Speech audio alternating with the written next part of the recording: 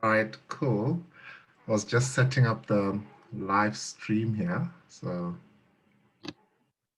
I am good.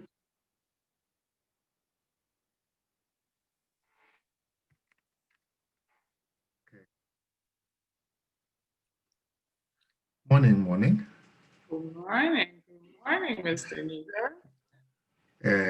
Because I see everybody's just started to join in.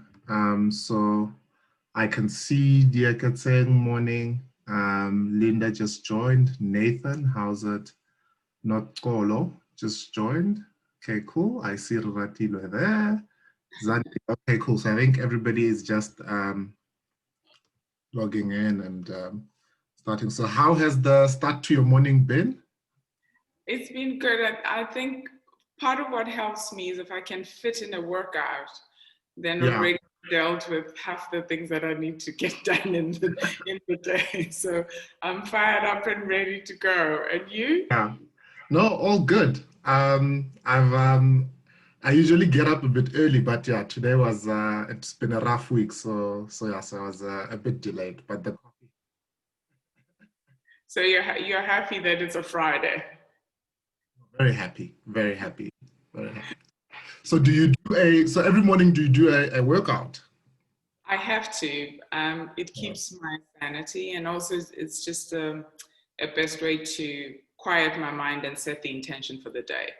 And so Yeah, if I don't run in the last while, because we haven't been able to get into gyms, yeah, I've found wonderful people on YouTube to help to help me, like yeah, sweat it all out and get ready for life. yeah. And then do you do it first thing or do you do something else before you do your exercises in the morning? No, it has to be. I'm up at 4:30. Um, Okay. and I have to sit and meditate for 15 to 20 minutes and then get to do a bit of work until 6, and then Okay. between 30 and 7:30 then I'll train. On an ordinary day after 8:30 then I'm just trying to gather my thoughts, and then we get started at 9. Oh, okay, cool. All right. No, no, no. Sounds very disciplined. Very, very disciplined. Do you know what though? It actually is. I'm finding, and perhaps this is what the colleagues on the call will also learn from, is that if you don't create structure around the life you want, then it Mm, becomes incredibly easy to be distracted by things. So yeah. So mm. if I can get my exercise in the morning, it means when a girlfriend or boyfriend calls in later for a drink or a wine, I'm like, yay, I'm ready, I can do that. Let's do it. Okay, cool. All right, so I see most have joined. So I think we'll kick start just so that we keep time and continue on the theme of discipline, so that we do a hard stop at 9:15. So yeah, so I think as we start, I think it's more a welcome to everybody that has joined us. So thank you for that, and thank you, Sizakelle, for making time. I know you have a very very busy schedule, so thank you for fitting us in, and then yeah, for everyone joining us for the first time, I think just an intro in terms of how the session will run is that we will start with an introduction and really frame the conversation for the day, and then we'll get into the topic of the day, which is around strategy. Obviously, before we get that, we'll get to know Sizakelle a bit better in terms of some of the things she's learned in the industry and the journey, which is I think is quite fascinating and admirable. And then I think when we end the call, we will then get into some practical elements. So things that everybody does in the call can take away with them. So whether it's some resources or some learning material or just some kind of like reference guides in terms of them being better at their craft. And then we'll do like a Q&A for 10 minutes and then we'll wrap up. So that's the structure for the day to everyone. So hopefully this is an insightful session for everyone.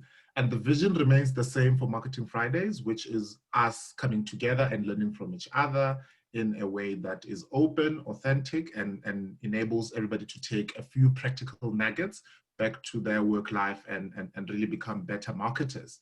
So that in itself is why we do this and why we continue doing this. So to kickstart, Sizakelle, so I'll get in a bit just in terms of the background that you've heard in your work environment and what you do. So you've gone from brand side, kind of being on the CMO side with SA Tourism and working for a corporate. You've done the agency thing. You've headed up, an agency. You've worked with what we call some of the icons within SA advertising, your Peter Wundlers and all that stuff. So you've had quite an interesting journey in marketing, and certainly to end up in what you're doing now. And I guess my first question to you is what has the big lessons been for you as you've been navigating towards the different industries and roles? Thank you. So firstly, just thank you for having me. I'm always fascinated just being in an audience with people who are yearning and hungry to learn, because it's the only way that we can move forward, right? And maybe before I even respond to what have I learned, let me perhaps speak to how advertising found me, because I have a liberal arts degree, right? So at the time I was doing my honors in advertising at a university in Durban, and I discovered the writings of Bell Hooks and Audre Lorde. And these are Black feminist writers, but they were writing a lot more about image, identity, and representation. And that is what fascinated me and led me to this idea that advertising as an avenue is a path we can use to manage how we are represented and how we construct image. So by the time I got to Herd Boys, I was attracted by the idea of an agency and a group of people who wanted to represent a consumer who's Black in a way that was authentic, affirming, and uplifting, rather than derogatory and stereotypically negative. And that was the turn on for me. So throughout my journey, I have always looked for platforms and opportunities where I can tell the stories of people who look like me in ways that reflect our honor, our grace, and our dignity. And that is the principal lesson. And I've carried it throughout all my roles. Okay, that's quite cool. And then so I'm quite interested in how, when we were starting our call this morning, you spoke about discipline and kind of creating the life that you want. So how have you approached kind of like that narrative on discipline in terms of the way you work and the work that you do? Here's what's happened for me, Nico. With every opportunity that I have been presented with, I invariably was either the youngest or the only, which in itself creates a little bit of pressure, because you do not want to fail your people, whether we like it or not. For as long as you're a Black professional, you're representing. And those of us who say we're tired of representing, or it's not our business to represent, or we don't want to be role models, I do think that it's a sad thing to even utter, because part of what we have is an opportunity to make a difference in the spaces in which we occupy, so that those who come after us have it just a little bit easier, because it's the only way we can create a sort of generational rollover is by doing the work when we're there. So I think it was Jim Collins who wrote in from Good to Great, the book. And he says that greatness is a function of choice and discipline. And I understand and believe that. Many of us want to be great, but not many of us want to structure the discipline to help us achieve that greatness. So you can't just be great because you've got 1 million followers on Twitter. I'm sorry. Yeah. You can only be great by dedicating yourself to the craft, learning, growing, investing in your own growth. Part of what I'm seeing, which is quite bothersome for me, is this idea that I don't have to pay for anything because there's a free tutorial on YouTube. Anything that's free doesn't necessarily mean that it's the best way for you to go down. Yes, there are references we can go to, but you also have to spend money in investing in your own growth. So discipline for me is the ability to define your end state, craft the plan, and stick to the plan. Yeah, yeah. And also, what's this?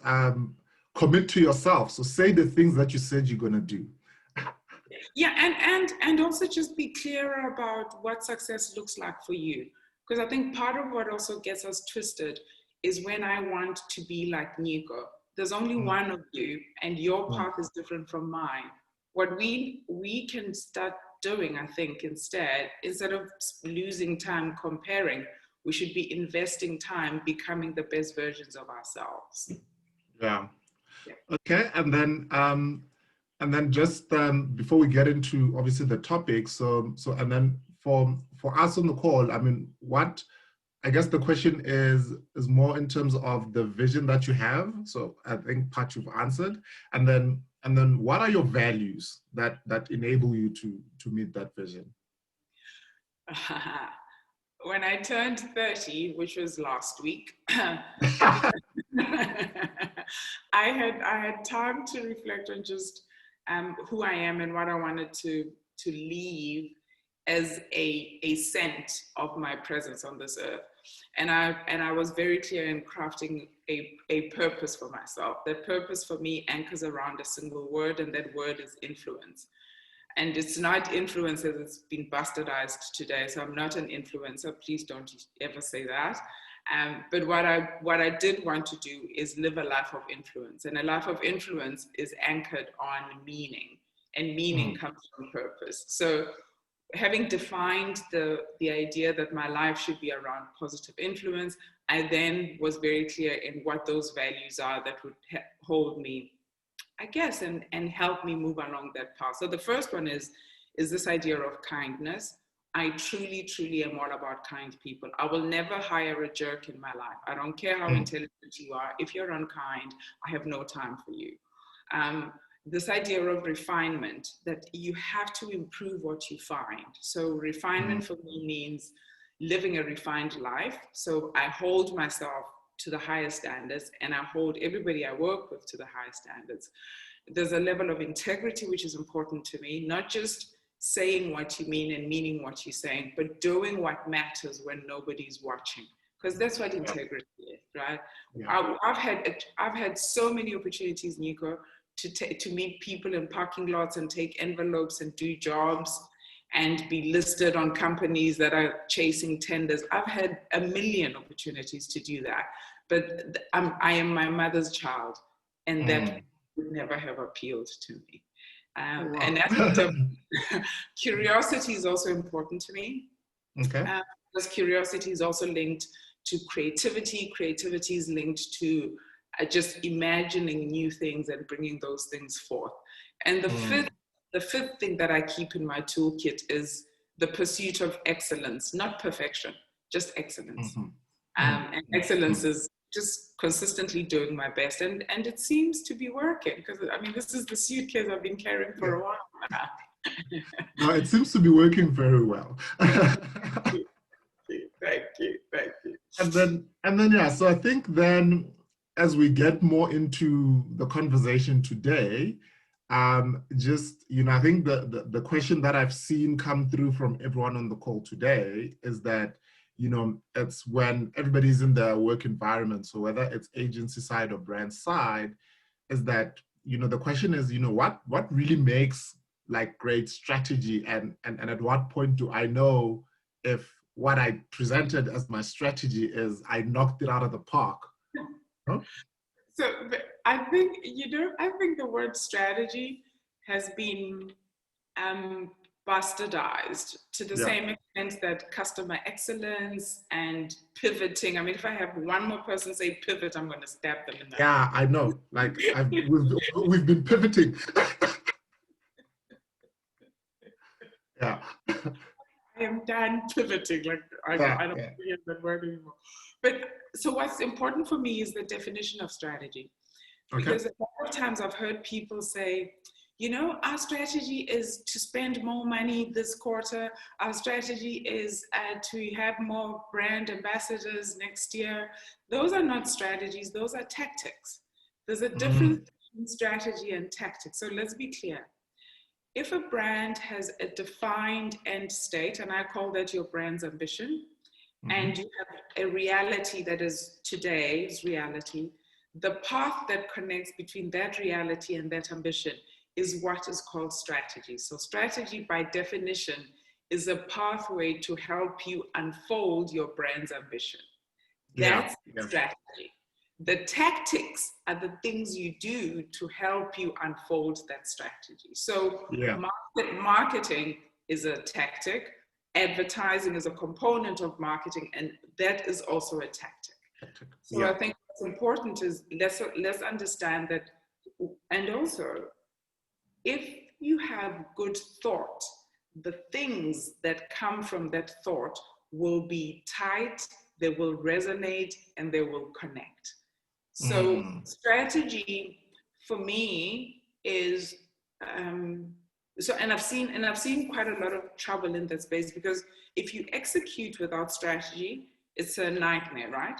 Correct. If you have a strategy and you don't execute, it's like you're just daydreaming. You're just chilling at the beach and doing absolutely nothing. So I hope this is helpful in just helping people understand that strategy is the pathway.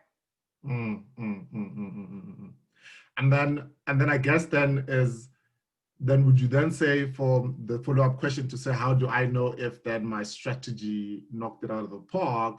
Is it to say then, as long as you meet the ambition or the company goal, then you know that it has worked? Or is there are several stress points, right? So the first one is, let's define what success looks like, right? Okay. So if you are a brand, let's use Tom's shoes. So Tom's was founded by a guy who wanted to do good. For every pair of Tom's you buy, he donates a pair to impoverished kids in some part of the world, Africa being one of those pieces. So then in that case, you would have defined your strategy as you want to have a brand with, I guess, a social impact. So then the measure of that success would be, how have we been able to impact humanity as we have grown our business? So is your strategy good? It is good if it is insightful. It is good if it fulfills your ambitions. It's also good if it helps to and foster some level of distinctiveness for your brand. Because here's the trick, Nico. If the outcome of your strategy is an advertising campaign that reminds me of another brand, then you've done a bad job. I cannot look at a Puma ad and have it remind me of Nike, because then you've just done the job for Nike, right? No, you're absolutely right. And then also then, and this is something we also discussed the other day, right? Is that there is a understanding of strategy and need to be and have strategy, but then there's also this other part where it's like, am I creative? And sometimes, you find that creativity, sometimes in an agency environment, is the big idea, and then they're like, okay, let's build the strategy to do it. And sometimes is, I've done my strategy, but is it creative? I mean, how do you balance that view? By definition, every strategist is a creative. Okay. Every creative practitioner should be strategic with their own creativity. I think it's a fallacy to maintain these divides in agencies where the suit gets the brief, then it's given to strategy, then strategy goes into a dark corner and comes out with a communication strategy, which is sent to creative, and then creative goes off and they get 90 days, whereas strategy gets 2 days to get the work done. And then somebody comes back and you review the work, and then somebody says, no, a client is not going to like this because our client doesn't like the color pink. I mean, I've worked in a business where a client bombed our work because we had used purple and she hated purple. And that's all she could see. Just like, I don't like this work. Why? Because it's got purple. She missed the point. So here's my challenge to everybody on the call. If you're in the role of strategy, whether it is in an ad agency or in a corporate setup on the side of brand, you have a responsibility to be creative. Here's what I mean by creative. Creativity is not the ability to draw a cat, because if it was, then I wouldn't be in this game. It's the ability to connect what feels unconnected. You have to find the dots. And finding the dots is about searching for that human truth and insight. Great work comes from insight. I mean, I don't know if you've seen the latest Gusheshe ad that everyone's talking about, the BMW ad. Yes, I have. I saw that, yeah. And part of what I liked about it, because I was talking about it on another platform as a hero ad, is for the first time you're seeing a multinational brand tap into a nuance and an understanding. Yes, it's problematic because on some level, Gusheshe was then linked with some thug culture, but Correct. as a brand, here is an effort from a multinational saying, I want to reflect the culture in which my brand functions. So your role as a strategist is to get off your desk, get into life. You cannot plan strategy from behind the screen because you're not solving for people in that way then. It's just not. Yeah, and I guess solving for people is a big part of how you become more and more strategic, is that you have to understand people at the core. You have to love human beings. In our practice, I say that we serve humans. We don't serve consumers because we're humans all of the time and we're consumers some of the time. So if your effort is about understanding the human being, then your work will resonate even when I'm not buying. Because you could think about it, you're not always buying, you're always reflecting, you're always dreaming, you're always imagining.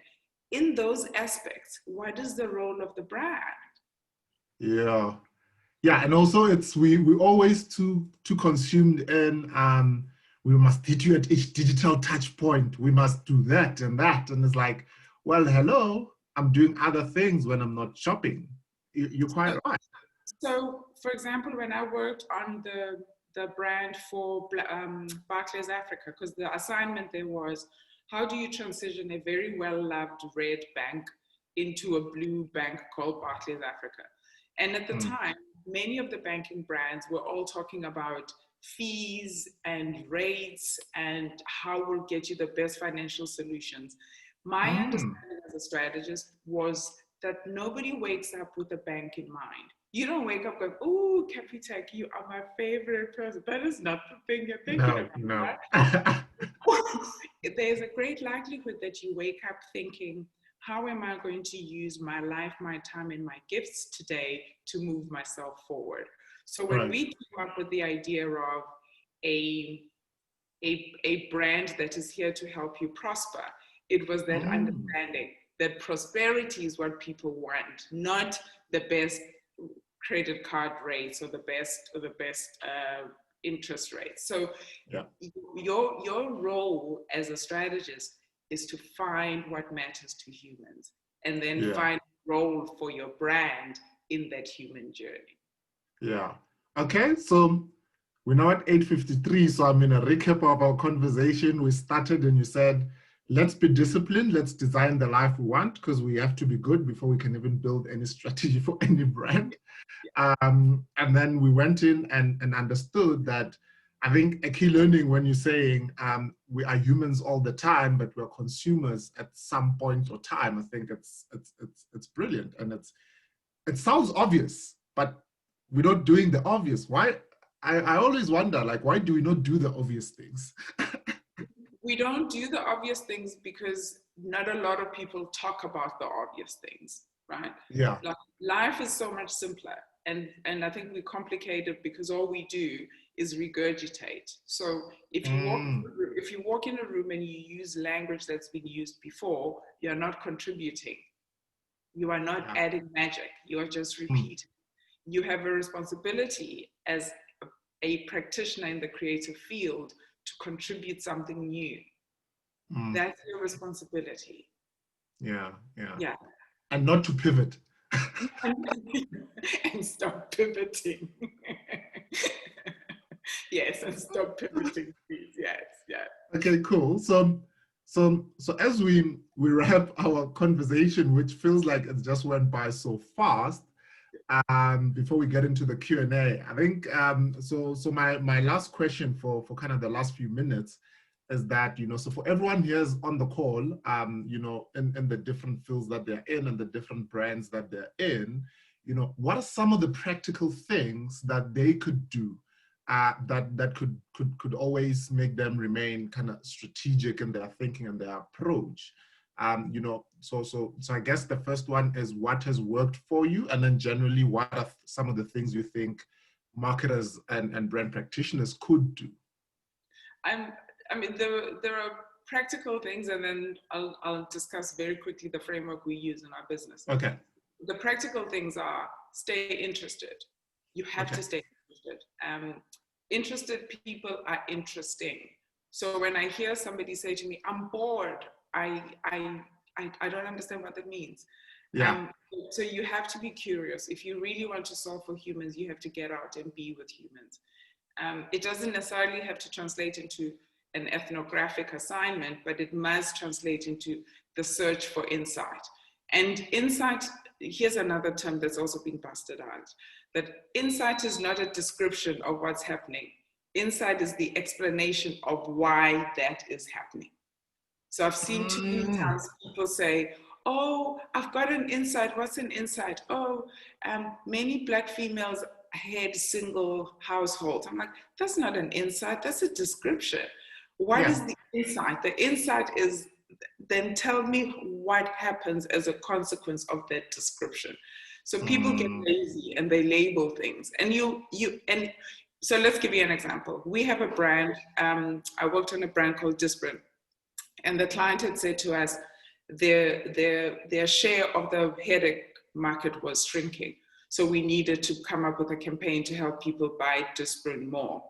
And in her mind, she was fixated on this idea of Disprin as a headache tablet.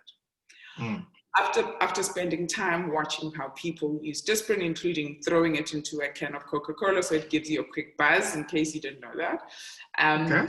My grandmother grinds it into a paste and she uses it to numb tooth pain.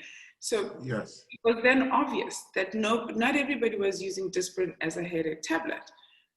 It then was presented an opportunity for me to then say to the client, no, man, headache tablet is one slice of the pie. The bigger pie is pain management.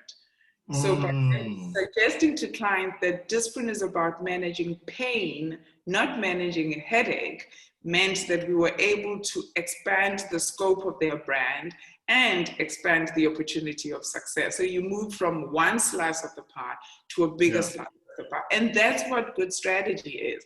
You have to deliver an insight that helps your business grow and help it connect. So that's what I would say.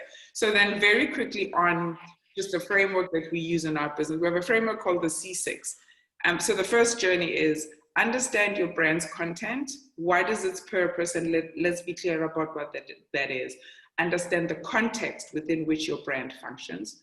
Understand the community that your brand serves. Be clear about collaborators. Who are the people you can work with to help bring success for that particular brand? Communication, what are the channels, what's the message, and also just what is the role of each channel? And then the last leg, which not a lot of people are thinking about, is this idea of citizenship. What does your brand do beyond just being a commercial exchange?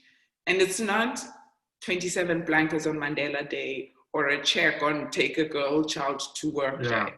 Citizenship is an everyday pursuit. And that's what I guess as a map I can suggest people may want to follow. Yeah. And then anything you're reading, consuming? I read all the time. At the moment I'm back to rereading an old book called Playing to Win, largely because it's and a lot of it informs P&G's strategy. I'm currently rereading an old book again, David Brooks, called Social Animals.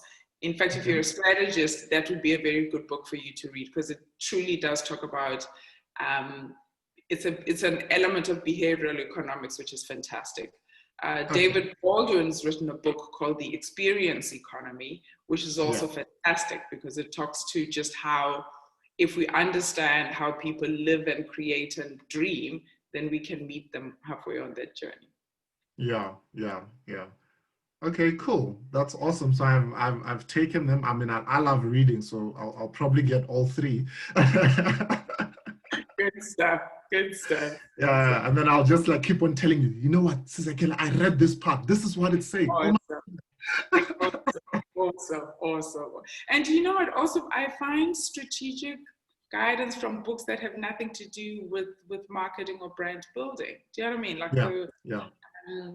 there's John O'Donoghue. He's an Irish poet, and he's written a book called Anam Cara, which is friend to my soul. Reading stuff about how to nourish your soul also then gets me to places about how to solve in my everyday business. But yeah. Yeah. Okay, cool. I see on the chat, Tebogo Majokana is saying, can you please mention the 6C again? So okay. the first is content, understand Yeah. the content of your brand. The second is context, so understand the environment within which your brand functions. When I say context is the competitive landscape, are there any legal requirements or legal impediments?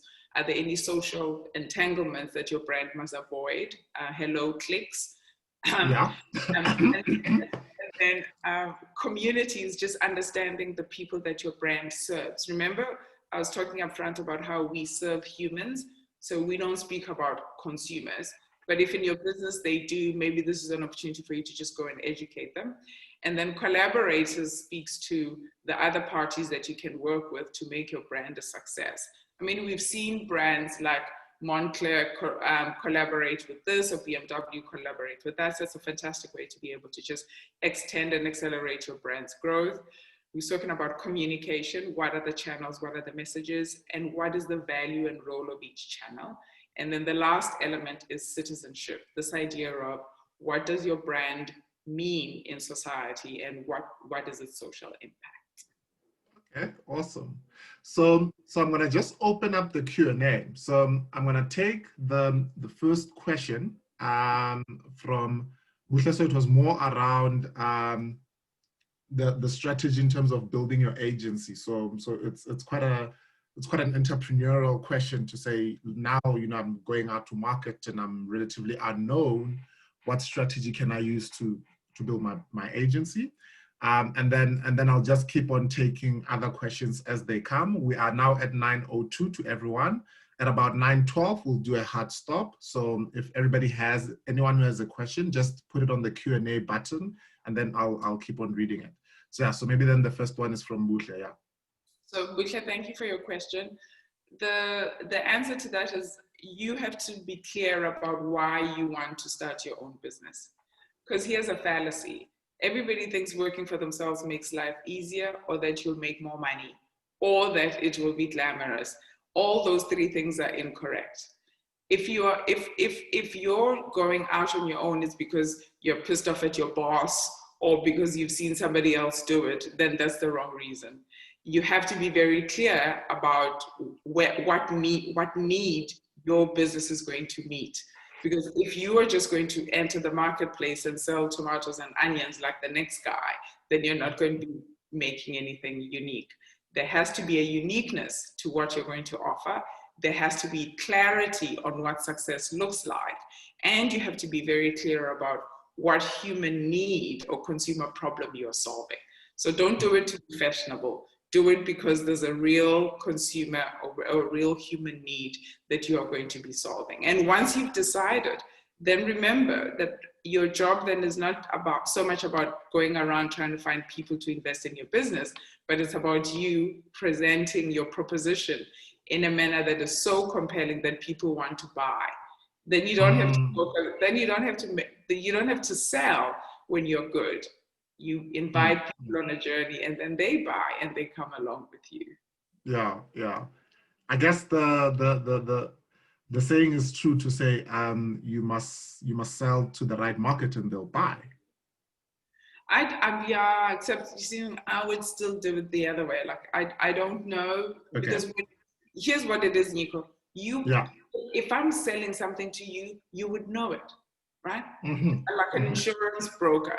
The first thing I'm going to do is tell you, if you don't take this and your house floods, you're going to lose all your important goods. So I'm just trading on fear. Whereas if I am promoting, then I'll tell a much more inspirational story. So I think that there's a lot more we can do by inspiring people rather than inducing fear. Oh, okay, no, I get you. I get you. Okay, cool. And then okay, so then I have Nathan Lunga here.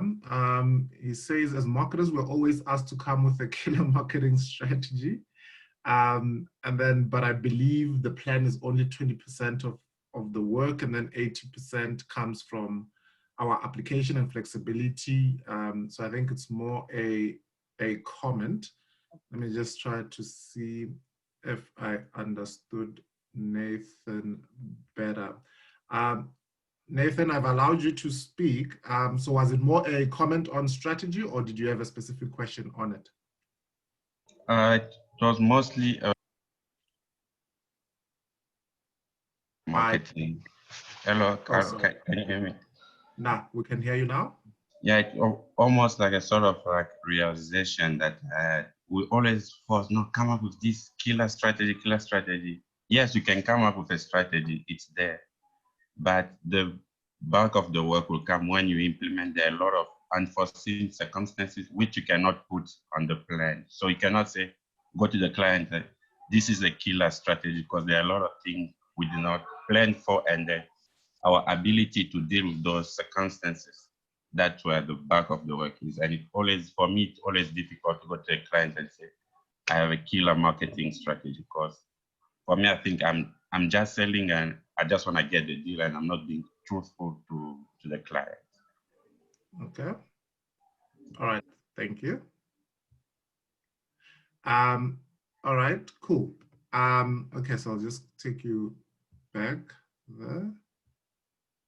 All right. Cool. And then the second one here was.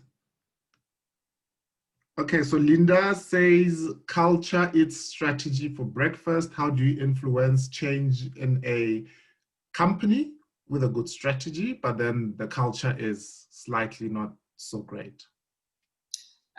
Yeah, I mean, that phrase is repeated oftentimes, and I've never understood what people mean by it. So I'll tell you my interpretation of what I think the opportunity is. Yeah. If, for example, if you're working in a corporate environment or even in an agency environment, the culture, as I understand it, is the tonality of how people behave in that certain environment. That phrase could actually be not so much about an organizational culture as much as it is about consumer culture, right? It is how people live and how people behave, right? And therefore, how does your strategy link to that? So when in our practice, we say we do intersectional work.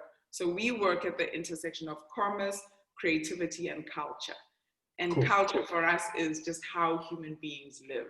So I guess to the person who's asked the question, the encouragement I would offer is always lean to culture to influence strategy. And when I say culture, I mean how human beings live and thrive. All right, cool. And then I see we have a comment on Geraldine. So she's quite interested in definition of creativity from a strategy perspective. So I think it's more a realization there that she's quite interesting. And I guess yeah, because I think what you gave us as not seeing the two as different things, it's an approach that we need to take in order for us to build better strategy. Better brands. So if we have an opportunity to infuse the two, because they are two sides of the same coin, without an appreciation of strategy, which is just the nous, and an appreciation of creativity, which is the magic, it's truly impossible to build brands that last. I mean, brands that last have a shared understanding of what that is. So for people on the call, if you have 5 minutes, you can go into IDEO, and look at some of the work they do. And you will see that the work they do is work that really connects. You can also look at Droga 5, DROGA 5. I love their work because all their work connects to how human beings live. And that's the magic. That's what we have to be doing. Brands can't just stop at the transaction. They have to move to the relationship. Yeah, yeah. Okay, cool. And we're now at 9:10. What I want us to do is just to start wrapping up the conversation. And obviously, sorry, I think I missed that last question. Sorry, let me just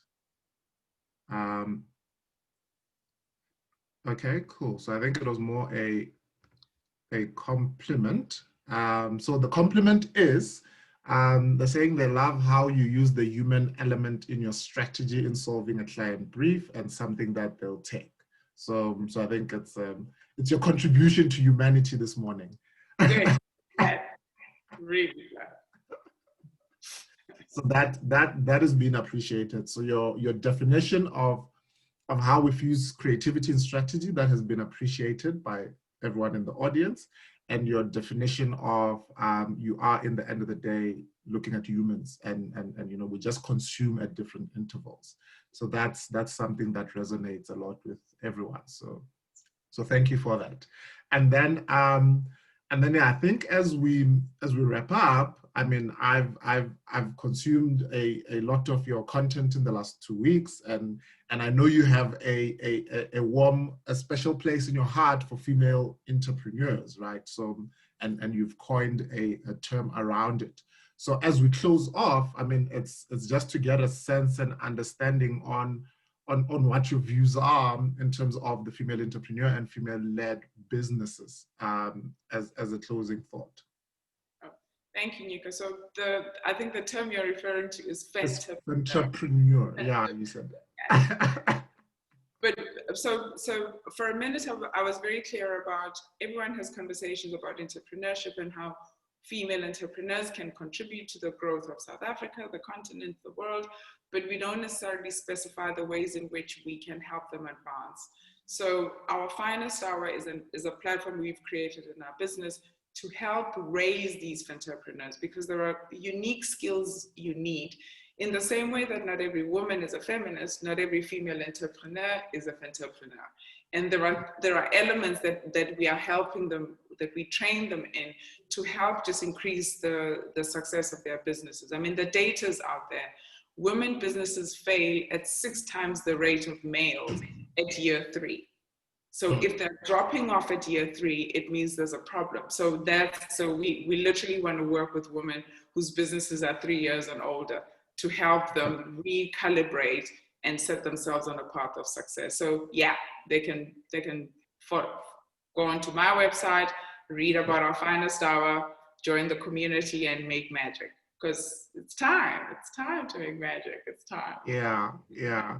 No, so thank you so much, Sizakelle. I think it was quite an awesome conversation. Thank you for sharing as openly as you did.